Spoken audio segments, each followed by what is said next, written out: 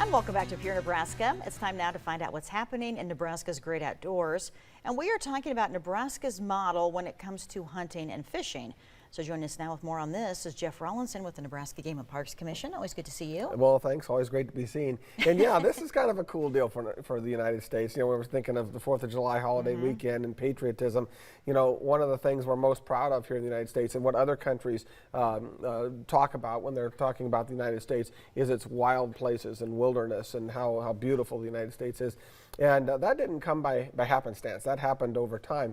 And we proudly refer to it as our North American model of conservation, a model that is trying to emulate it across the world, the envy of the world, but no one's been able to develop this model because of how the way it came together. And you have to understand, of course, you know, when we first came to this country, largely of European descent, we brought those values with us. So our model really starts back a long time ago, 1215 AD with the signing of the Magna Carta.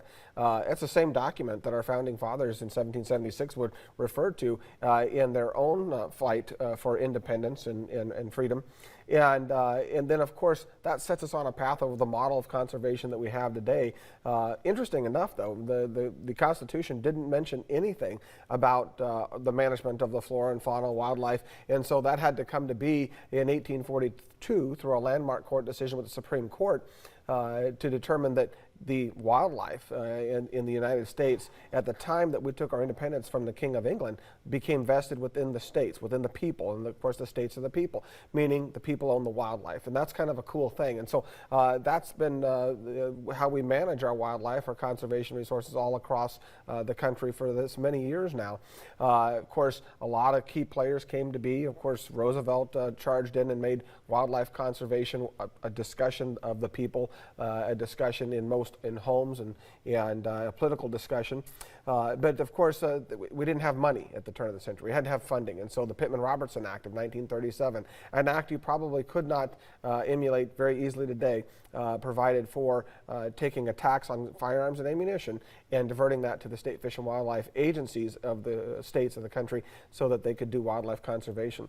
And that was huge because without the funding, we don't have a model. We're not able to do any of these things. And so it really is the story, and there's so many pieces that come after that. It really is the story about how a common kid like myself from Lincoln, Nebraska has the opportunity, which you don't have anywhere else in the world, the opportunity within 15, 20 minutes of home to get out, take a fishing rod or rifle or shotgun and go hunt pheasants, go hunt rabbits and squirrels or waterfowl, go fishing, what have you, head out to the local shooting range and do a little shooting, target shooting.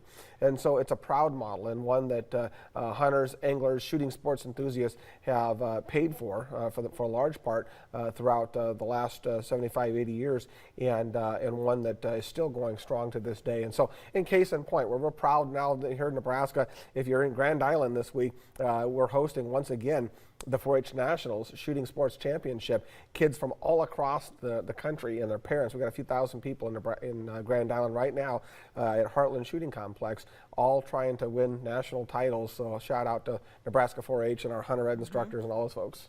Yeah, no, Grand Island's got it going on. Oh, they do. They're doing a great job. Hosting a lot of events, all right. Thank you. Thanks for having me.